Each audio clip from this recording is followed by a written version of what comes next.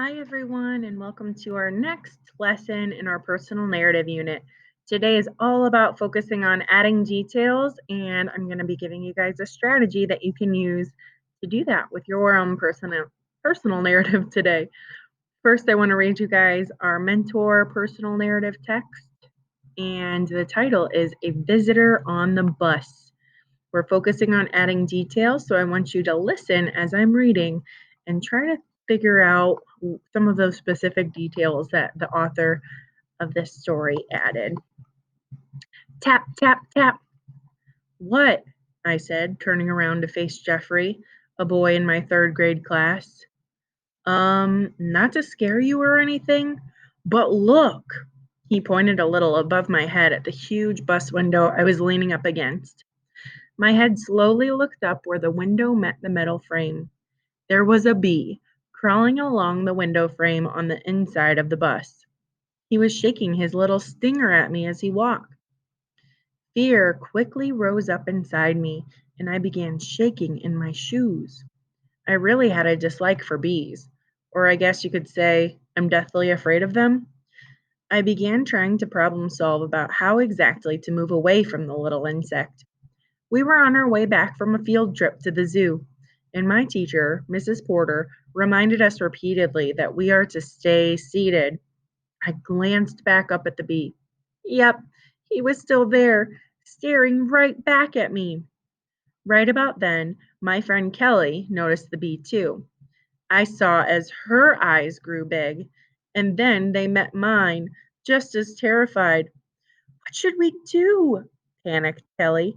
I don't know, but I don't want to get stung and the bee is really close to my head. I'm telling the teacher. Mrs. Porter! Kelly yelled. Mrs. Porter looked back at us concerned. Our teacher began making her way down the aisle of the bus towards us. What is it, girls? What's wrong? Asked Mrs. Porter. Um, that's what's wrong. I pointed to the tiny creature creeping back and forth on the window pane. Oh, yikes! exclaimed Mrs. Porter. We watched as she calmly went back to her seat. I thought she was going to go back and sit down when I saw her grab a plastic bag and walk back toward us. All right, girls, duck your heads down and cover, she advised. We ducked our heads down and covered. However, I looked up of the corner of my eye to witness our teacher, shoe in hand, smacking the window repeatedly. Whack, whack, whack! I sat up and looked at our teacher as she examined the bottom of her shoe. Yep, I got him all right. Poor guy. I bet he was just buzzing around looking for a flower and somehow ended up on our bus. He was probably just as scared as you two. Well, good news is we're all safe, she said, and scraped the bee from her shoe into the plastic bag. She gave me a wink as she headed back to her seat. Crisis averted. That author in that personal narrative included a lot of details for each noun that they added. So that's the strategy that we're going to be focusing on today, adding more details by looking a little bit closer at your nouns. Remember, nouns are people, places, or things. So your job today will be to go back into your personal narrative and look at the nouns and figure out which ones need to be more specific, because a detail just makes that noun more specific. It gives us more to know about it. So the first thing that you guys are going to do in your digital personal narrative notebook is complete the adding more details anchor chart. And in the first box, you'll write the word specific. Which ones need to be more specific? Then we have three categories: books, dinner, and drink. So I want you guys to come up with 2 ideas for each category that are specific. And here are some examples. So instead of the word book, I could say Diary of a Wimpy Kid. That's specific, right? Or The One and Only Ivan. So if you wrote the word book, you could replace that noun with something more specific to really show the reader exactly what you're talking about. For dinner, here's 2 examples. Instead of saying I ate dinner, you could say I ate spaghetti with Italian bread or homemade chicken pot pie.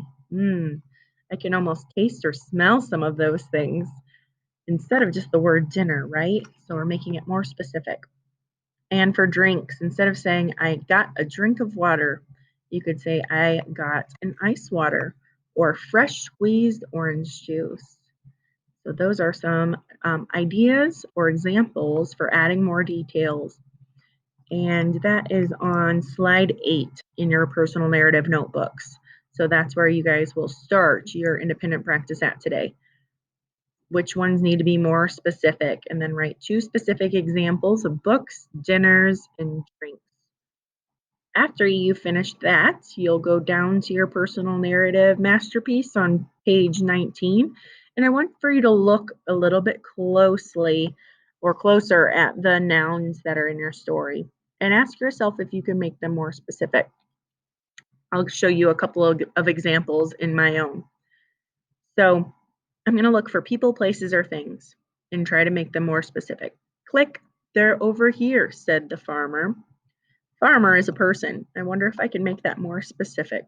I could say, said the kind farmer. We walked inside of a barn. Barn is a place. I wonder if I can make that more specific.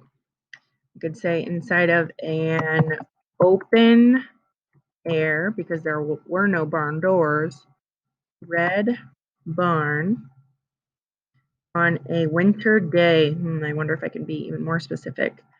It was really cold and dark because the sun sets a little earlier in winter, and it was already dark about 5 o'clock.